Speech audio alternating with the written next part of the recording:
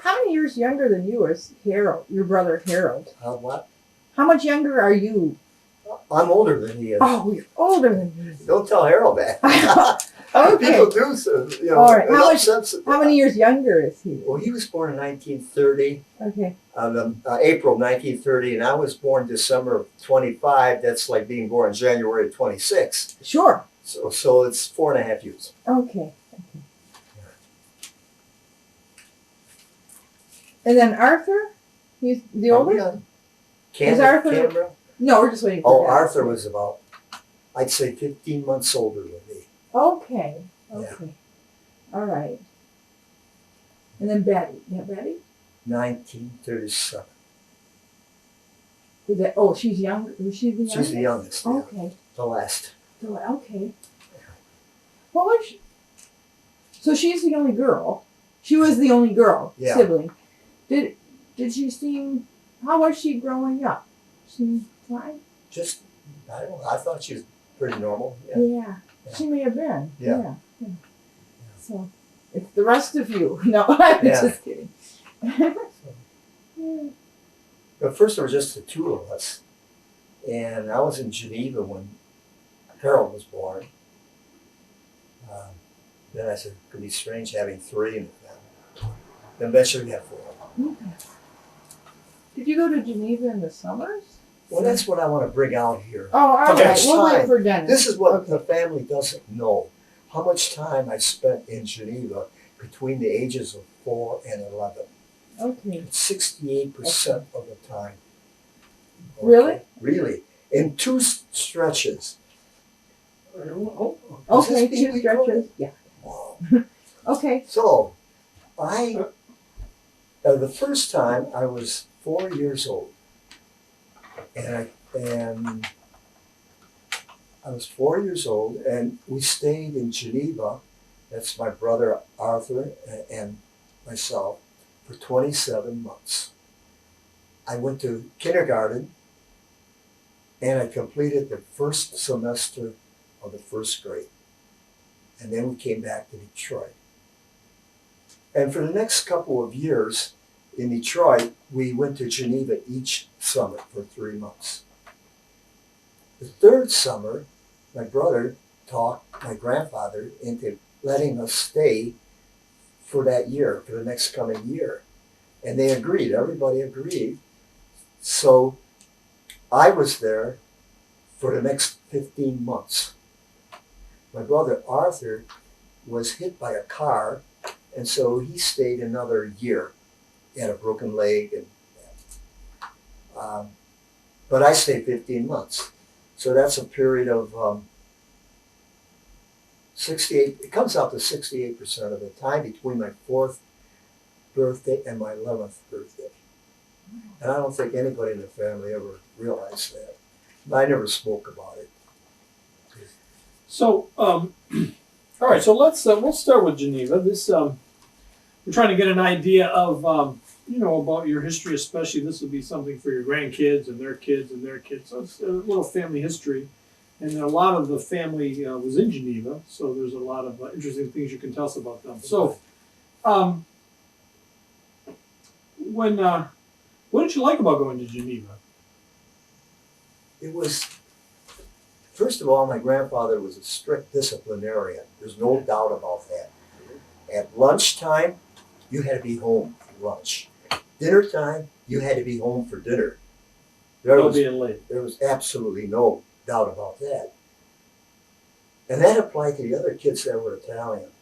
When their father opened the front door, blew a whistle, his son stopped whatever he was doing and immediately went home. Okay. However, and it was different times. I could leave the house in the morning and come back late at night in the dark. My grandfather and my aunts were sleeping, and my grandfather left the key on the shelf above the side door so we can get in. There was no fear on our part or their part. Those were different days. There was no drugs. You didn't have what you have today.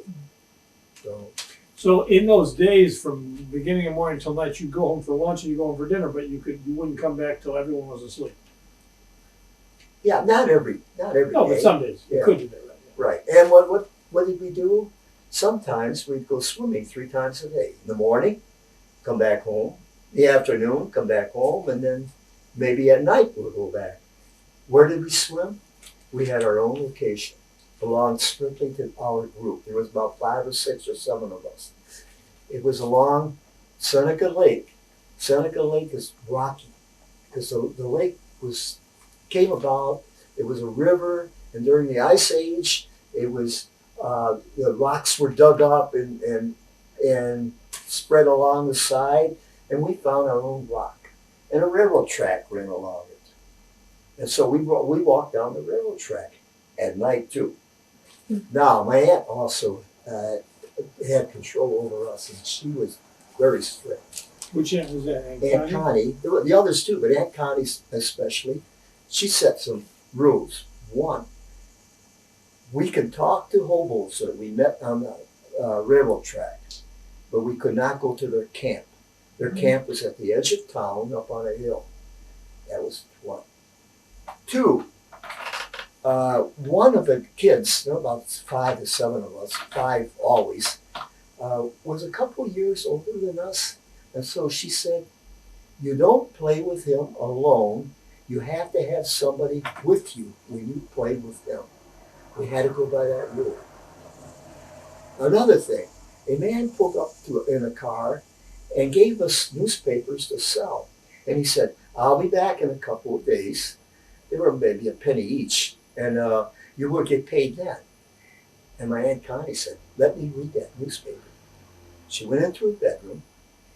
A few minutes later, she came out, confiscated the newspapers, and said, you're not going to sell those newspapers. And I had no idea what was in the newspapers, nor did I care. But I lost a job. So, So in other words, I had discipline, so there but were I had rules. freedom. Right. And I could go out and do, it was a Tom Sawyer experience, unlike Detroit, Right. especially unlike what the kids today go through. So when you were in Detroit, you couldn't quite do that like that. Oh, absolutely not. But then Detroit was a bigger city. Right. So one of the reasons that worked is because they had these rules that you followed. Oh, yeah, definitely. So you could talk to the hobos, but you couldn't go to their camp. You No. could play with this boy, but not That's by right. yourself. Right. All right. So, all right. Well, let's go back. Let's go back a little bit. So the whole family came to Geneva, right? That was where they came. Yeah. So tell us the story of the Alvaros, kind of coming from where is that in Italy? Where's the where was the town in Italy they came from? Oh, Galatro, that's the name of the village in Calabria, which is the southern part of Italy. Okay.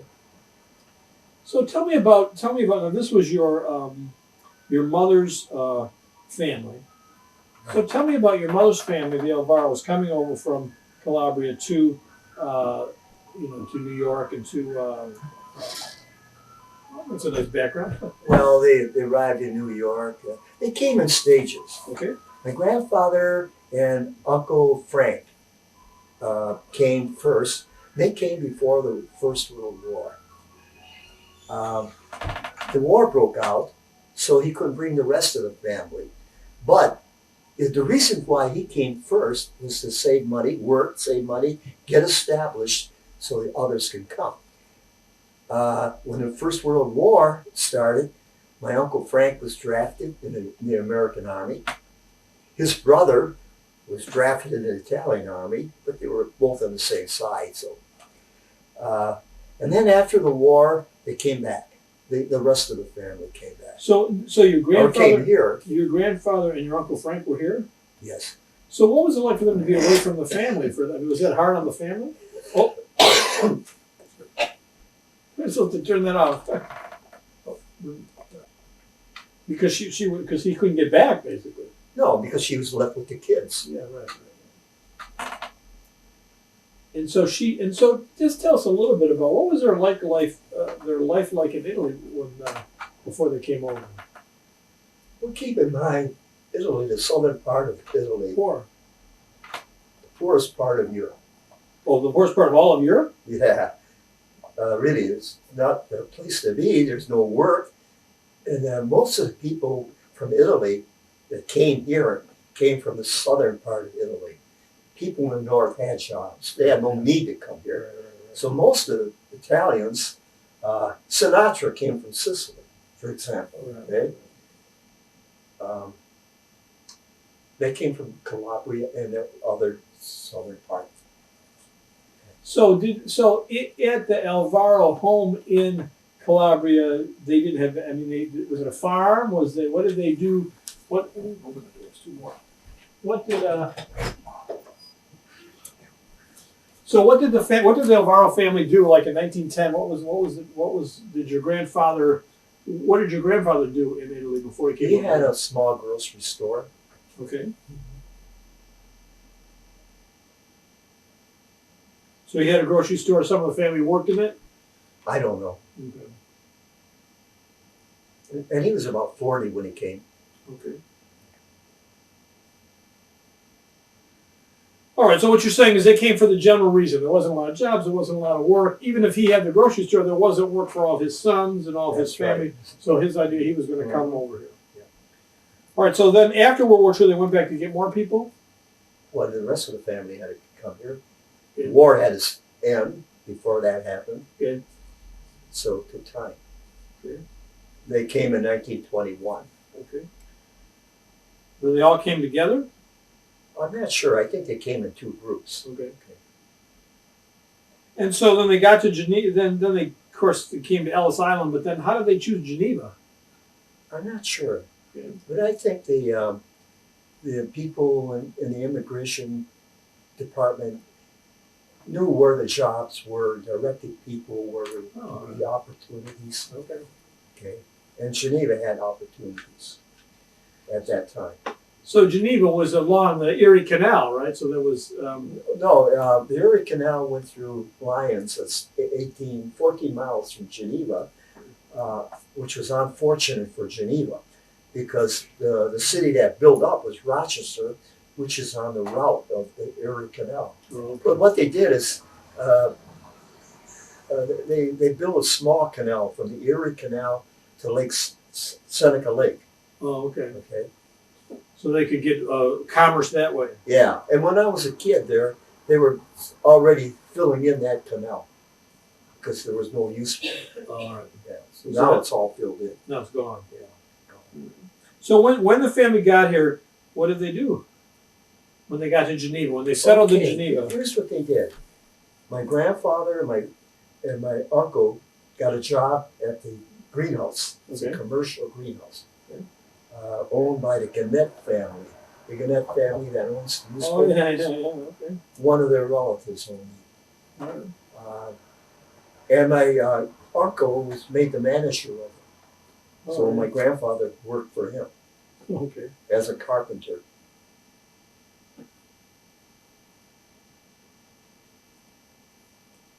Okay. So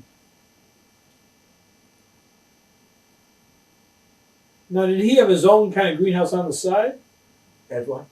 Did your grandfather have his own greenhouse on the side? This came later. That came later. This Okay. came in the mid-30s. Oh, okay. He continued with his job at the greenhouse, but he wanted to go in business for himself. Okay. So one summer when I went there, I was surprised to see in front of the house Alvaro Florist.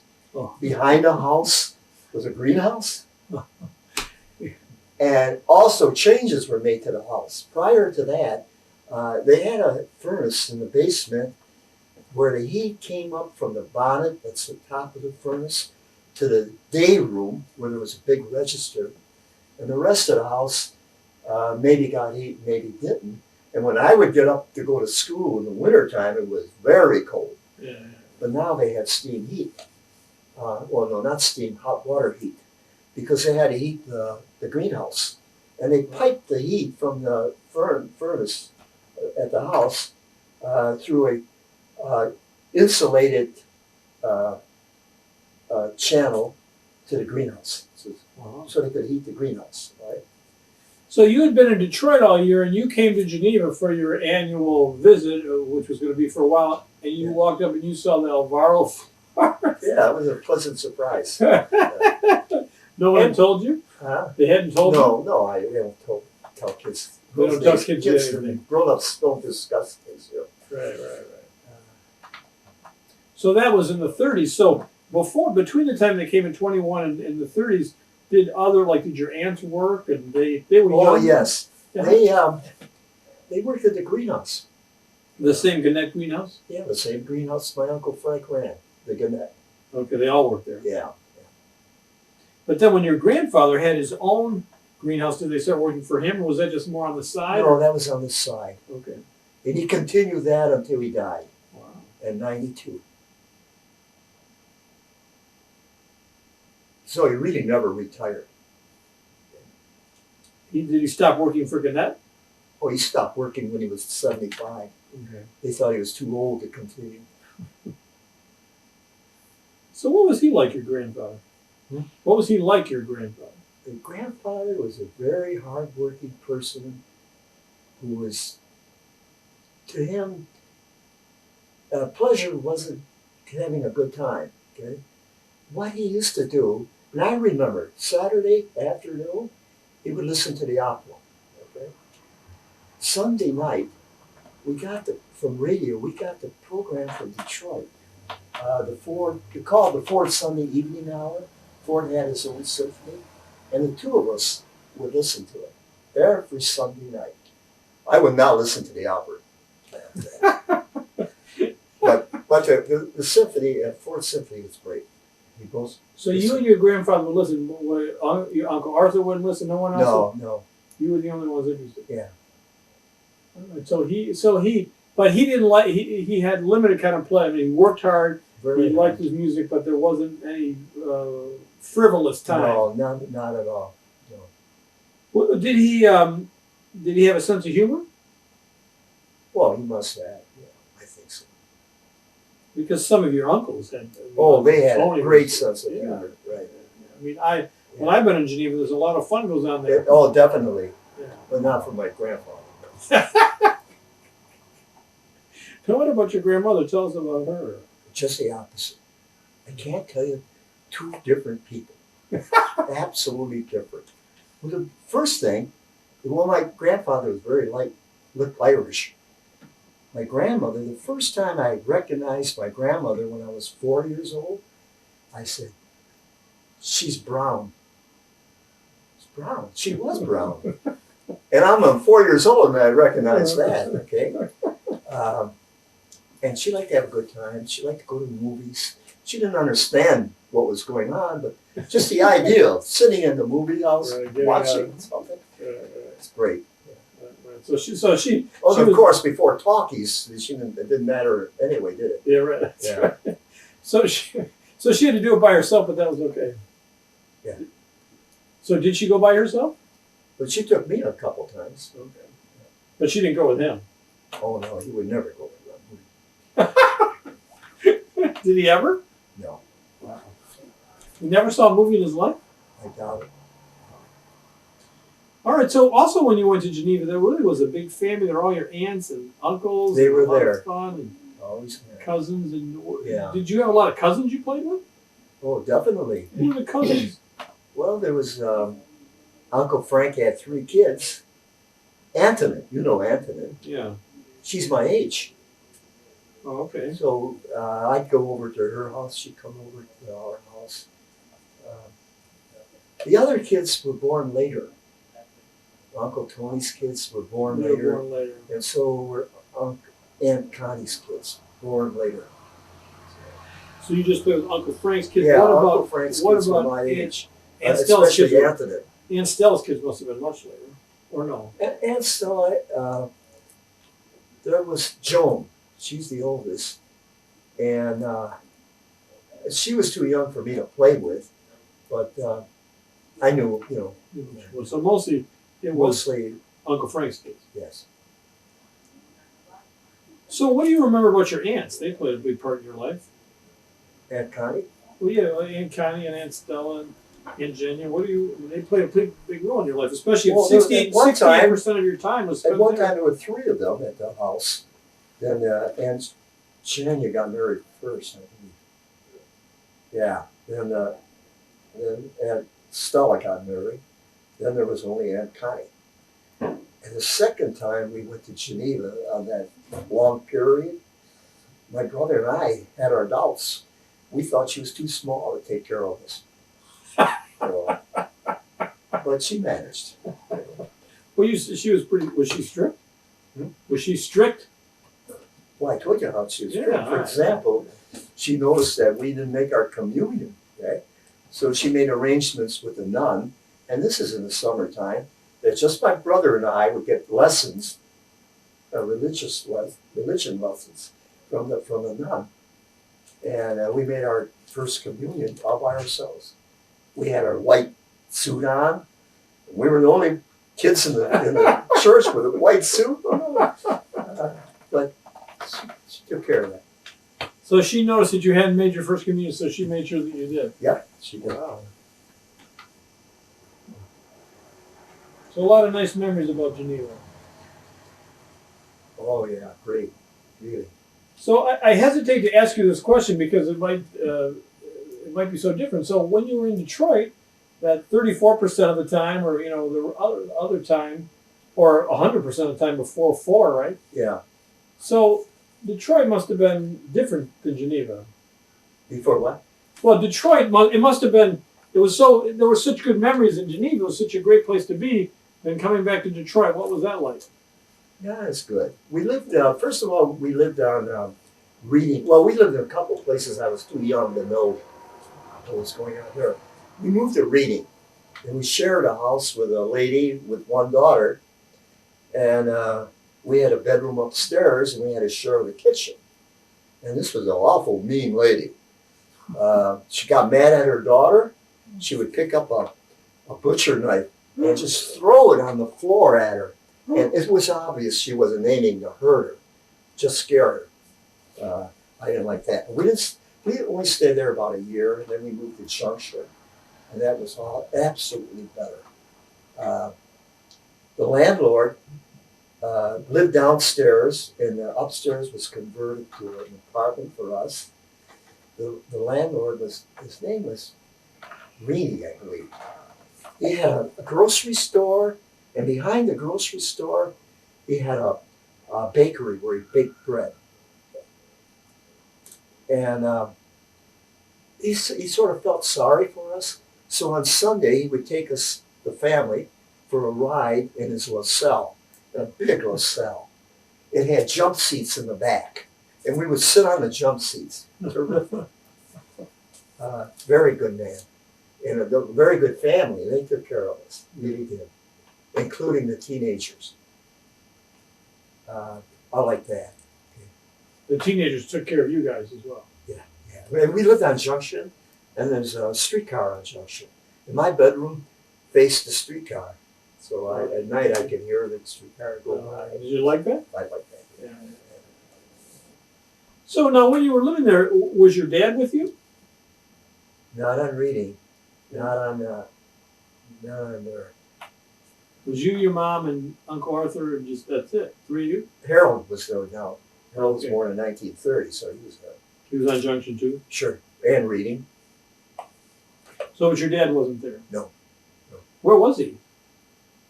Well, he probably had a hotel room somewhere, So one of the things that made Detroit better was when people took an interest or helped you out, like this guy who took you to. Oh, definitely, yeah. Now, even sometimes the Geneva people would come by and they would take you out. When they came to Detroit, we talked about that. Oh, there was always come back and forth. They would come and, for example, when we lived on Pennsylvania, especially, they'd come and visit all the time. Yeah.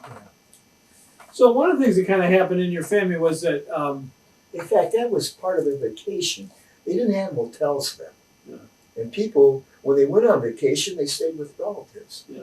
So whoever came from Geneva stayed at our house. Yeah.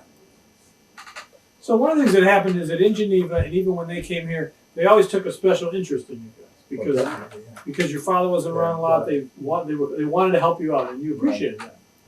Well, my father came to live with us, you know. Right. Well, then when did he come back in the picture? Right after Junction, we moved to Pennsylvania, and they picked that house because it was near his work. And it was a flat, it was a nice house. Not too old either. It had 3 bedrooms. He kept 1 bedroom for himself as an art studio. And the 3 of us slept in 1 room. It was very nice home. So Pennsylvania, you were how old then? Bob? That was what? How old? Well, it was probably 10, 9, around there. So then in your younger years, he wasn't around. When, Well, I mean, when I was a couple years old, he was living with us. I remember that. The only thing I remember is that that's when radios were coming out and they were broadcasting for the first time. Yeah. Came home with a crystal set and earphones. He thought that's all you need. And probably then that's all you needed. Our first radio was a crystal set. So did you listen to it? Yeah, you let me listen to it. So he came back when you were about 9 and 10, when you were in Pennsylvania. Yes. And how long did he stay? Stayed for a couple of years. When I came back from Geneva the second time, that would be 1936, and that's when he left again. Maybe it was 37 or late 36. And then you were 11 Yeah. or 12. Was when he left Right. for good. That's when he left for good, right? Yeah, that's it. So he obviously he had his problems, and he was kind of hard to have as a father. But what do you remember about him? Well, he was very quiet. Here's the routine. He would come home, and we'd had to turn off the radio. When he came up those steps, the radio went off. He thought listening to Little Orphan Annie was a bunch of nonsense. Kids should have better things to do. So you'd be listening to it, and then your mother would watch, and then she'd say, "Turn it off." And he'd sit down, and my mother would bring him slippers and a cup of coffee. And then my mother would prepare a meal. And we didn't sit down to eat until he sat down. We didn't pick up a fork to eat until he picked up a fork to eat. We didn't leave the table until he left the table. And we didn't leave the table unless everything was eaten. Okay. Then he would go and sit down. After the dishes were done, he'd give my mother a lesson on how to read. And he used a newspaper for that. And the two of them would sit, and he'd point out different words and help her to read the newspaper. That's how my mother learned to read. Learned to read. He taught her. He did. And he had good things. He thought each of us should have something other than school. I would play the violin, so they got me a violin. My brother Arthur was pretty good at art. So he said, "Arthur, I'll teach him how to draw." Okay. Harold he's still too young. We'll wait another year or so for him. So that was it. He helped me on my homework, but I didn't like that at all. His way of doing division was so different than the way we divide. It was not very helpful. Now, was the idea? So he wasn't around wasn't Uncle Harold's thing sports? But I mean later. But he wasn't there to sort of say Harold to do sports. When Harold got into sports, he had left. He left. Yeah. But anyway, it was his philosophy that everybody should have something else. Oh yeah, something extracurricular. So he had a lot of ideas about things, didn't he? Oh yeah.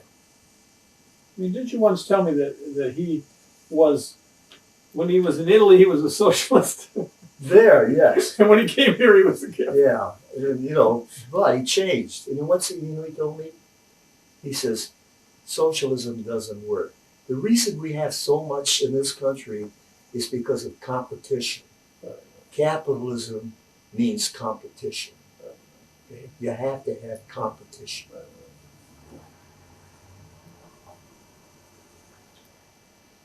So then, when you were about 11 or 12, then he was gone. Right. And then you saw him over your life. You know, after he left. I mean, we were. I mean, you saw him. You kept in touch with him over the years. Yeah, I did. Yeah. Up to the point where I got married. After that, I hardly saw him because kids, family life took over. And he, of course, never had any interest in his grandkids, right? Well, he didn't know he had grandkids. And when I first told him I had 8 kids, he was surprised. He said, "What happened?" He said.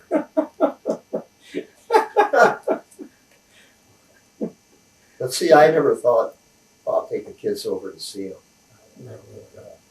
That's never occurred to me to do that. So he was. I mean, you couldn't really be very close to him. I mean, he wasn't around very much, and so Yeah. he wasn't. No, I wasn't close to him. My grandfather, yeah. Right. Because your grandfather took more of an interest in your Oh, grandfather. definitely. What was the main things what was the main thing your grandfather taught you? Because he was important. What he taught me? Yeah.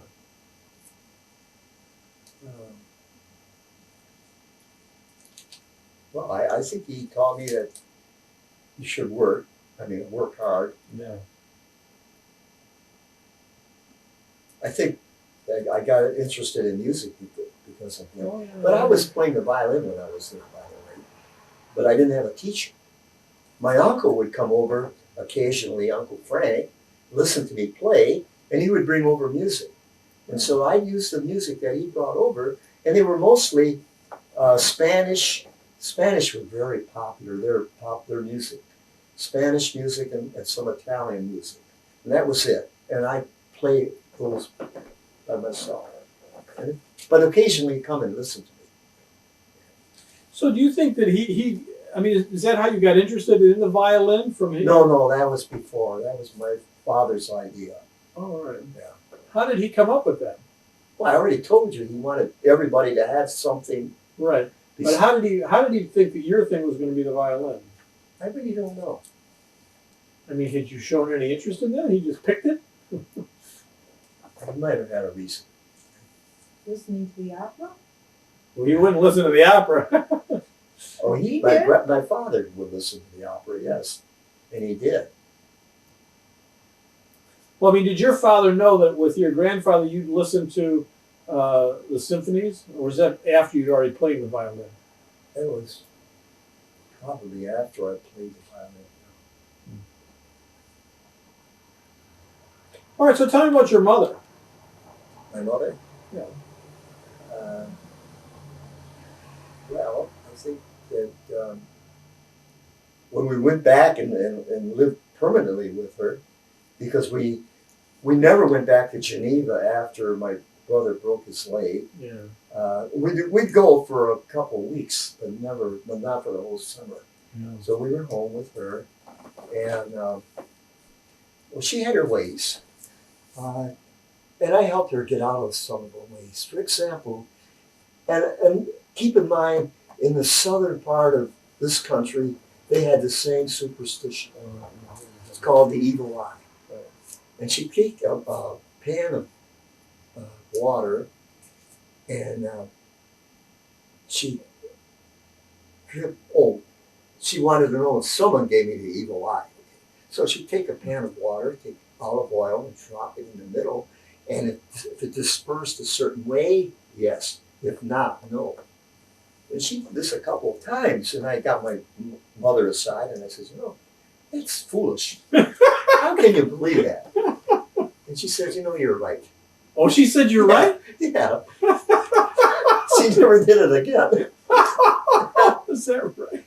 So before that though, if you came home from school and someone had given you the evil eye, she wanted you to tell her, right? When I came home from Yeah, if someone had given you the evil eye, she needed to know about it, right? So she could do that? It was most likely the lady downstairs. Oh, you- Because, that's, What does the evil eye look like? Do you give me the I evil eye? don't know. No. Oh, no. come on. But down south they have they had the same thing. Yeah. same Okay. thing. It's So you were able to kind of cure her of that. oh, absolutely. She would never after that never think of that again. Oh, that's good. Another thing too was she didn't want welfare, and there was a time when after my father left, before the courts established that he had to give so much money, we didn't have enough money. Yeah. So one day, she went to the welfare office. She stayed there all day with Betty, my sister. They just forgot her, and she said, "I'll never go back there again." And they gave her some food, and she said, "You know, I can't eat this stuff." It was it was cornmeal and dried milk. It was on the shelf. Eventually, she threw it away. Wow. She didn't want welfare. One time, though, it was through the schools, when she had nothing to do with it. Somebody turned our name into the Goodballs, and they came. Policemen delivered it, and they gave us this box. And I says, "I don't understand this." I told my mother, "We get a box from Geneva of gifts every Christmas. We don't need this." She said, "You're right." She said, "I'll see that they never do that again." And they never did. Oh wow. So I had some influence on her. Yeah. No, I don't think it was her idea of that Goodfall In the first place, in right? the first place. I think the school did that. Yeah. Okay. But she put an end to it. Right, and so she went along with what you said because she didn't like the Oh, notion of yeah, welfare. yeah. Yes. And she would not pay anything on time. It had to be cash. That's the trouble with my violin. Wurlitzer would sell me a new violin, $1 a week for 100 weeks. Cost $100. No, she would not go along with that. It's got to be cash. No, there's a lot of money. Okay, so she was very frugal. This is what she would do. Joe, I need a loaf of bread. Loaf of bread was 12 cents. Tax started at 17 cents. So I didn't have to pay tax, right? I got home with a loaf of bread and said, "You know, I forgot. I need a pound of beans." Pound of beans was 10, 12 cents too. Well, you know, the storekeeper wised up to that. Give me a dirty look and says, "You know, I know what she's doing," he told me. "You're not fooling me." But he didn't. What could he do, right? Yeah. But she saved her penny. She saved the penny. Okay. So she, for her to support you guys without a lot of money she was quite skillful to be able to do that. Well, she had some help. First of all, my father had to send each of us $5 a week. There were 4 of us until we reached 18. So that helped. Yeah. Okay, that helped quite a bit. And then when my brother went in the army, he got they had a deal in the army where you put in so much, the army puts so much, and you send it to your parents. Oh. And when I got in, I did the same thing. So, but she made use of that money. Yeah, I mean, so she got money from you guys. You guys sort of worked. She got money from your father. But when she got the money, she was good with it. She really did. And she used it with new furnace, new hot water heater, things like that. Yeah.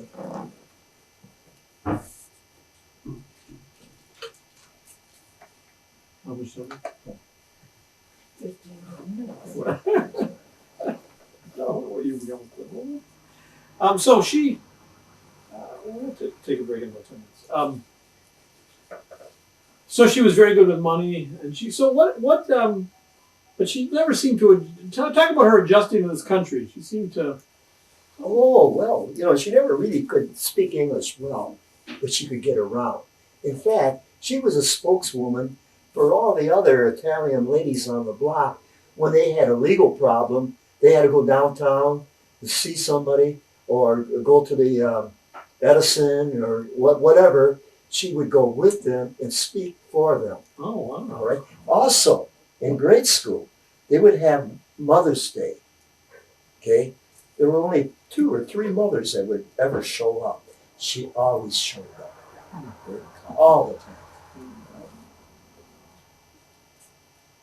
So It's because now I had some real good grade school teachers, by the way, and they said this teacher said, you know, I think the problem is a lot of you kids are ashamed of your parents because they wear their hair back and and they wear black dresses, long, and a babushka, and they don't speak good English.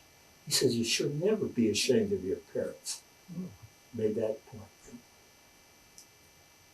But my mother came. you probably weren't ashamed of her. Oh no. So did she eventually learned English? Your father sort of taught her that. She My never. father taught her how to read English, so she could read a newspaper, but she never could really pronounce words correctly because she didn't have that gift of language that you have, and I don't have. Mother has. Okay, She didn't have that. she didn't have it. She was like me.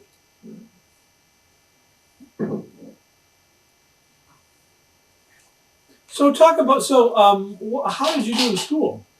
Talk about. Let's go away from the family for a minute. So you went to school. How did you do in school? Well, I did pretty good in high school, Where'd you go to high school? Southeastern, and that was a nice high school. A lot of kids there, you know, too big really. Okay. So And I did took college prep. okay. Did you have any kind of high school activities? No, because I had a job. Oh, that's right, because you had the right. Yeah, at a newspaper. Then I worked for Kroger's. Okay. So when you worked, you had to give all that money to your mother? Oh, that was the rule. 50-50. Okay. Hey, did you hear that, Sean? He had to give half of the money here and to his mother. It was always 50-50. Always In fact, 50-50. I cheated on her once. It was my last paycheck before I got married. The very last paycheck before I got married. Then that rule didn't apply. I kept the whole paycheck. Did she ever find out?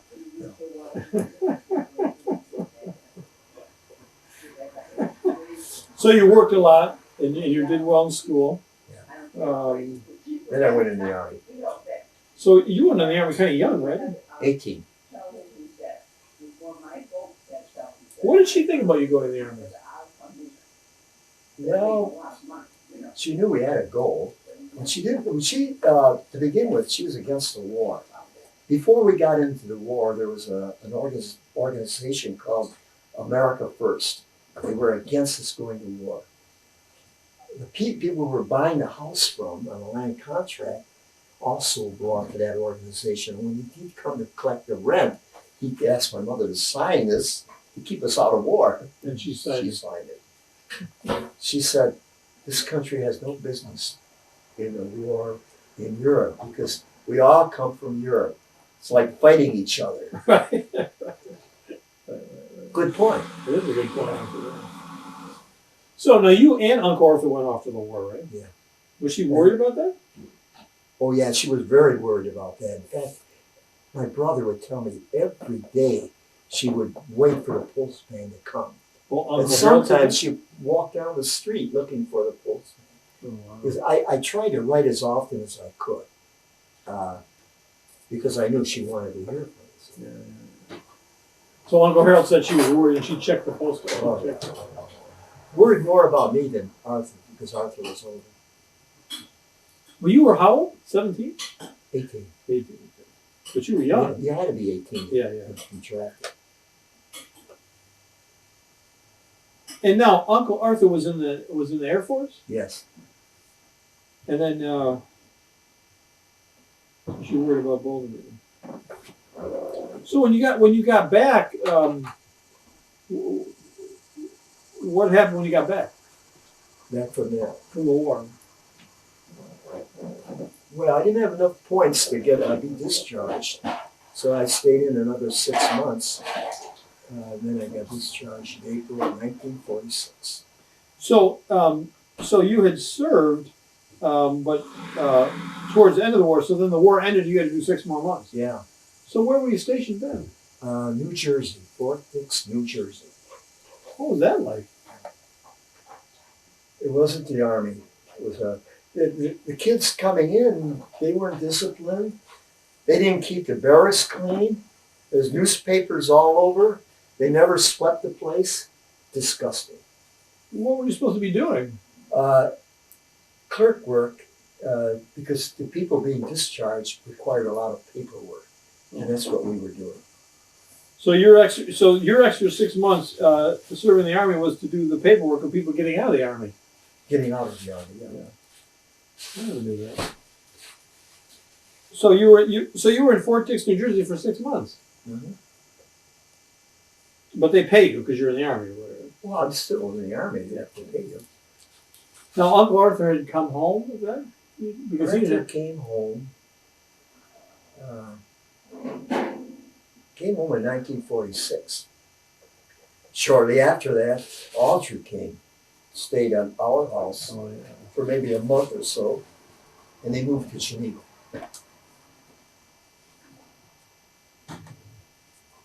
Well, here's a sensitive question. So, what did your mother think of Aunt Audrey?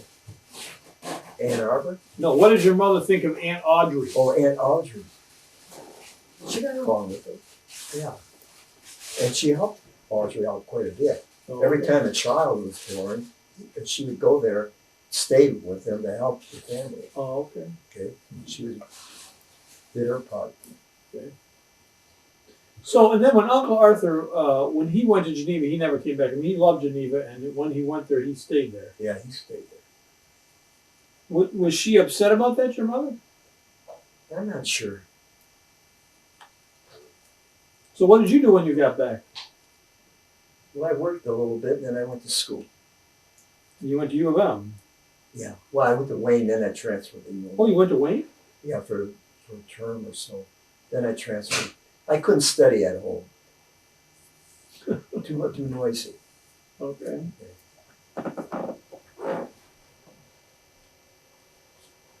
Now, your brother and sister would have been still there, right?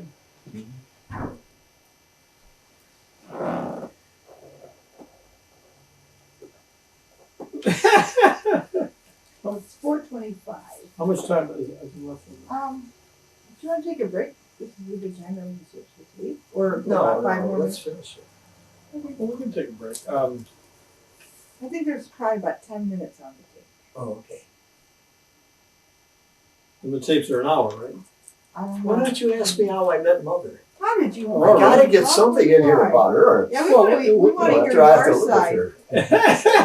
her. All right, so let's just stay where we were. So you went to Wayne, and then you went, Went to then U you of M. went to U And of that's M. where I met her.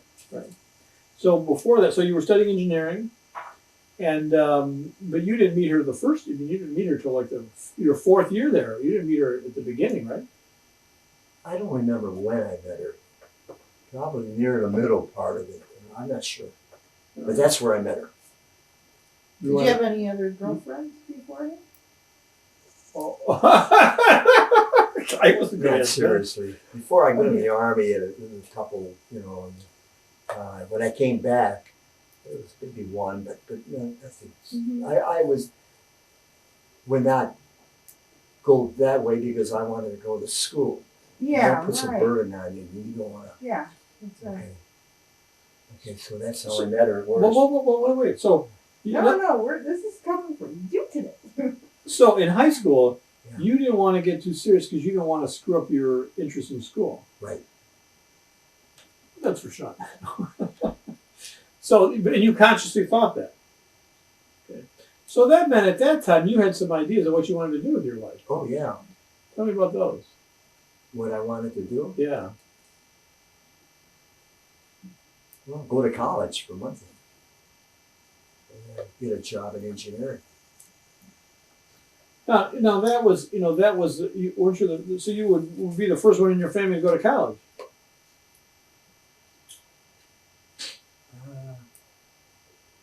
Yeah, I believe so. But there were others that went to college. Joan went to college. Um, Uncle Tony's 2 kids, 2 boys went to college. Who's it? Yeah, the only one in my family, but not the extended family. So, did you get the idea? I mean, I would imagine that you were determined to go to college, to get a degree in engineering, and to have a more I don't know how to put it, but have a more stable life than you had, in the sense of having a better job, so that you could provide for your family more. That was probably important to you. Right. So you knew you wanted to do that. So, all right. You want to tell us? So then you were doing engineering. That was sort of going well. You liked Ann Arbor and U of M, Yeah. and then Kind of, yeah. so and so how did you meet Mom? Okay. She already told you how we met. Nah. In a coffee shop. And What was your job in the coffee shop? same as her job.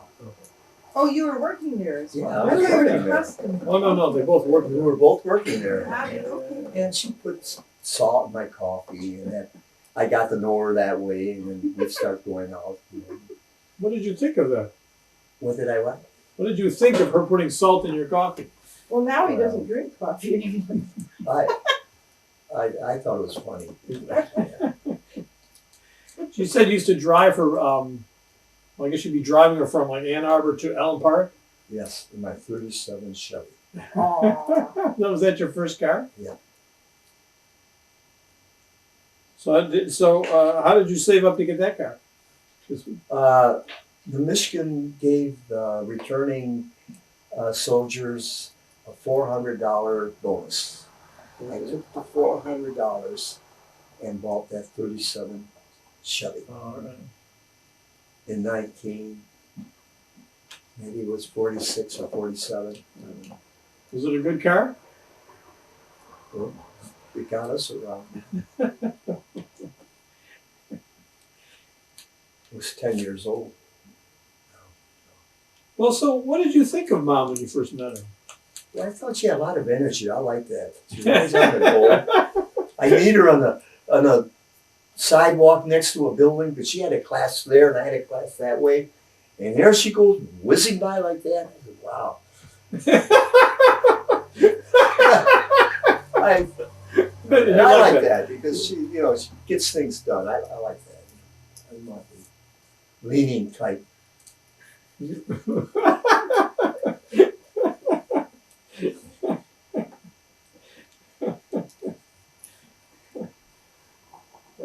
So, when did you get married?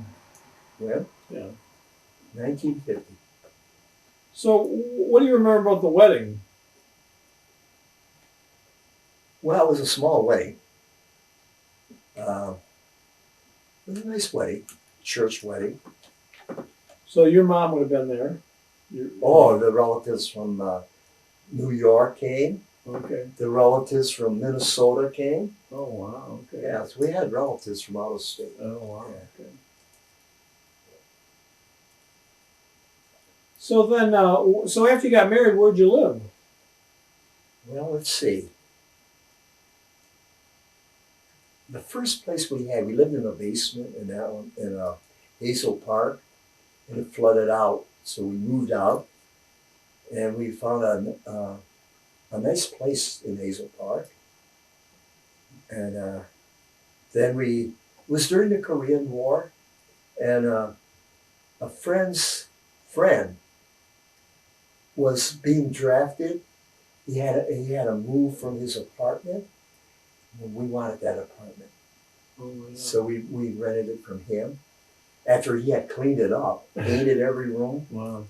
And that was on Montclair in Charlevoix. And by then, the 37 Chevy gave out. Mother could get to work downtown by taking a bus. From Hazel Park? Yeah, no, from Detroit. That apartment we rented on, Oh, Charlevoix is in Detroit, yeah. yeah, Charlotte's in Detroit.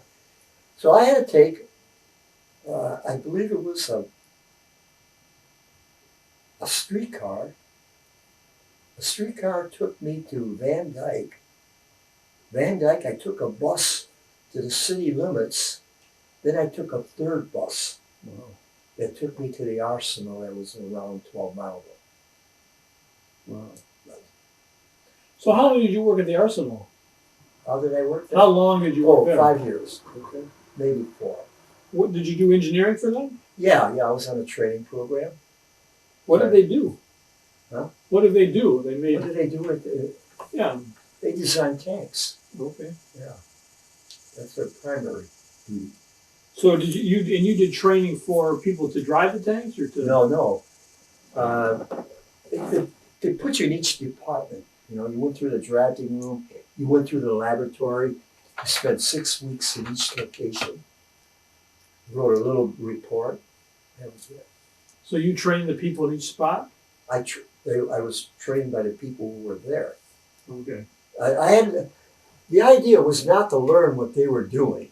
We didn't have to learn to be a draftsman. Okay. Well, we had to learn. We had to know what they were doing, what they were capable of doing, and okay. So you have the knowledge, so that when you give out work, you know what can be done and how long it takes to do it. Okay. So that was that. But was you don't know. You don't have to know how to do it. right, They right. emphasize that. So that's what they were training you to Yeah. know. Right. Okay. That's just about over. Something that take about over. Yeah. Joseph, yeah. Well, we can take a break now. Okay.